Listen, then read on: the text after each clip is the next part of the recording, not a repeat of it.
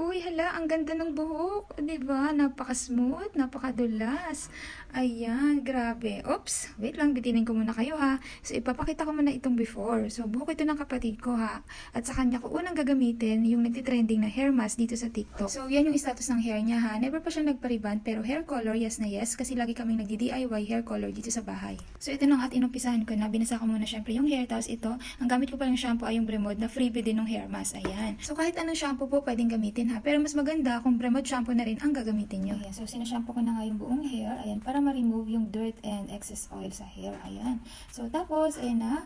Binabanlawan ko na siya ngayon ha. Kasi excited na rin ako i-apply yung hair mask. So, ito na siya. I-apply ko na ngayon yung nagtitrending nga na hair mask dito sa TikTok. O, diba? So, let's see. Moment of truth. Ayan. So, ang pag-apply nga pa pula nito ay 1 to 2 cm daw away from scalp. Okay. So, dahil nabigla ako, pati sa scalp na i-apply ko siya. Pero,